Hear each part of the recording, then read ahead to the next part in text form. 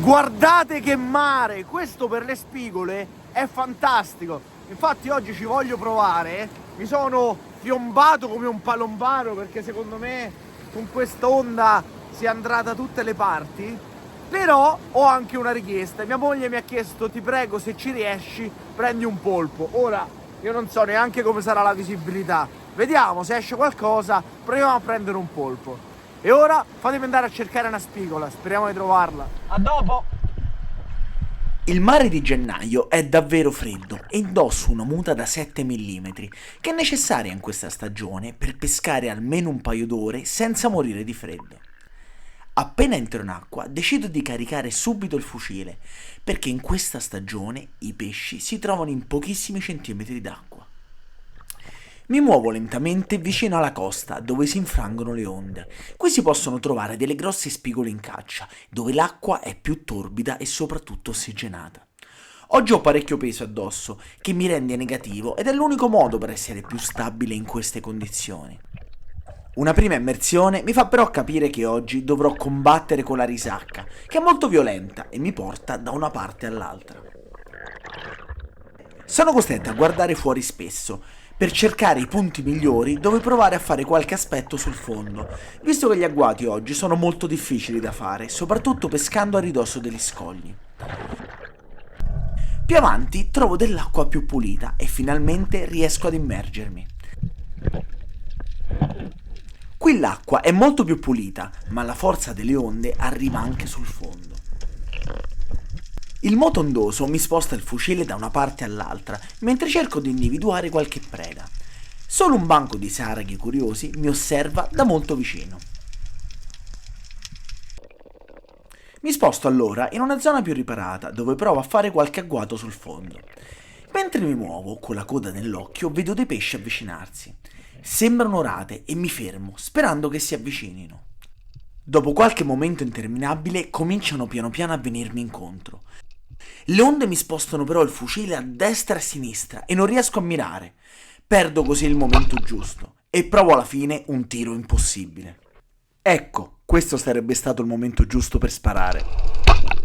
Al tuffo successivo, appena arrivo sul fondo, vedo un grosso tordo, a cui potrei sparare facilmente. È un pesce ottimo da mangiare, ma anche molto bello e sinceramente non mi va di sparargli. Decido però di continuare l'aspetto. In lontananza c'è un dentice di piccole dimensioni che si sta prendendo gioco di me e continua a venirmi incontro per poi scappare via.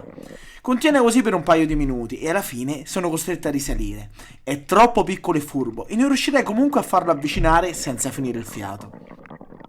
Continuo a pescare alternando aspetti tranquilli ad agguati molto più turbolenti, mentre mi godo le onde che viste da sotto sono meravigliose, anche se fanno un po' di paura, e mentre ne approfitto per giocare con uno spirografo che si richiude istantaneamente appena lo tocco. Nel mio girovagare scendo di nuovo sul fondo e mentre aspetto qualche pesce vedo un movimento strano lontano da me. È un grosso polpo che si è fermato vicino ad una tana. Mi vengono in mente le parole di mia moglie che mi chiedeva appunto un polpo e dopo un minuto decido di andare a controllare. È proprio lui e provo subito ad infilzarlo con la punta del fucile. Il risultato però è che si libera e sposta l'asta dalla sua sede e quando provo a sparare, ovviamente, l'asta se ne va per conto suo. Ormai ho quasi finito il fiato, decido di risalire per riprendere aria e pensare con più tranquillità. Mollo il fucile, scendo di nuovo e dopo aver dato una sonora testata sulla roccia, riesco a prendere facilmente il polpo con le mani. È un polpo di circa 1,5 kg e lo uccido rapidamente con il coltello per evitare di farlo soffrire inutilmente. È arrivato finalmente il momento di uscire dall'acqua, in un mare decisamente turbolento e ormai molto sporco. La spigola non l'ho presa, anzi non l'ho neanche vista, però il polpo stavolta c'è. Mia moglie deve essere contenta, che sta riprendendo. Sei contenta? Brava. Vedete, per ammazzarlo, tutte quelle storie, il morso in testa, si dà col coltello, si taglia in mezzo agli occhi e il polpo muore immediatamente. Ora, polpo così grande, quanto sarà duro? Sarà molto duro. Innanzitutto lo puliamo qui così tutti i granchi si vanno a mangiare quello che c'è dentro. E poi vi faccio vedere come si ammorbidisce un pochino sulle rocce. Pulire quello che abbiamo pescato a mare è fondamentale, in questo modo tutti gli organismi, dai granchi ai gamberi, potranno nutrirsi degli scarti. Per prima cosa estraggo il dente del polpo, che assomiglia ad un becco di un pappagallo, e poi tolgo gli occhi e pulisco la testa, dove all'interno ci sono gli organi, come il fegato, che sembra una piccola palla marrone. Seguendo la tradizione del sud Italia, sbatto il polpo sulle rocce per ammorbidire la carne. Quando il polpo cambia completamente colore e si allunga, vuol dire che abbiamo terminato. Ora si procede con l'ultimo passaggio, che consiste nel massaggiare la carne del polpo sulle rocce. È una sorta di, chiamiamolo così, massaggio che comunque aiuta a intenerire il polpo. Ora il polpo è decisamente più tenero rispetto a prima. Manca un ultimo passaggio, ma qui non lo possiamo fare, però questo da qui lo mandiamo direttamente nel congelatore. Eccoci qua, dopo qualche giorno il polpo ormai si è frollato nel congelatore. Questo è un polpo di circa 1,2 kg, qualcosina di più, già pulito. E ora vi faccio una ricetta proprio particolare, il polpo con le patate al forno.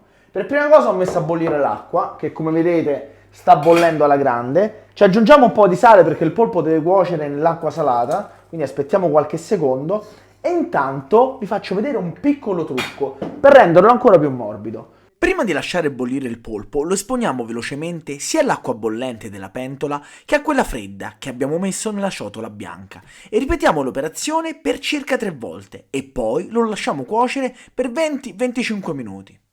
Mentre il polpo cuoce taglio le patate a dadini, ce ne vogliono circa 800 grammi per questo polpo. Il polpo sta ancora cuocendo, ma dopo una ventina di minuti lo tiro fuori e lo faccio raffreddare per circa 10 minuti.